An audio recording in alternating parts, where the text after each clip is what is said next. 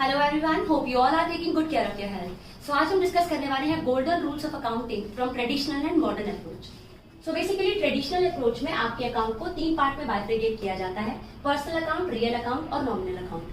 Personal account जो actual के personal account are of 3 type. Natural person जो actual का पर्सन है, जैसे capital account, drawings account, debtors account and creditors account.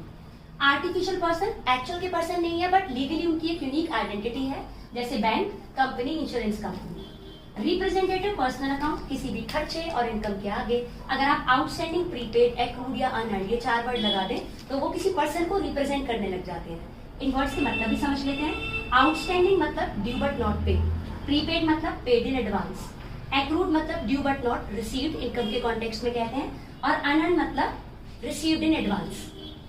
So personal account का rule है, person actual का जो पर्सन होता है वो ऑर्गेनाइजेशन को या तो कुछ देगा या कुछ लेगा, तो एंट्री होगी डेबिट। तो इसका रूल होगा debit the receiver, credit the giver. Then we have real account. Real account में आपके बिजनेस की जितनी भी प्रॉपर्टीज हैं वो आती हैं, कैश, फर्नीचर, बिल्डिंग एक्सेट्रा। इसका रूल होता है what comes in debit what goes out credit, क्योंकि एक्चुअल का पर्सन नहीं है, रिसीवर गिवर नहीं हो सकता। प्रीमाइसेस में आया तो डेबिट, गोज आउट तो क्रेडिट। नॉमिनल अकाउंट में आपके इनकम, एक्सपेंस, प्रॉफिट या लॉस आते हैं, और इसका गोल्डन रूल है debit on expenses and losses and credit on income and gains. On the other hand अगर हम बात करें मॉडर्न अप्रोच की, तो मॉडर्न अप्रोच अकाउंटिंग इक्वेशन को ही थोड़ा एक्सटेंड कर देते हैं। Asset is equals to capital plus liability plus revenue minus expense. अब चाहे कैश हो, चाहे बैंक हो, चाहे डेटर हो, they all are your assets.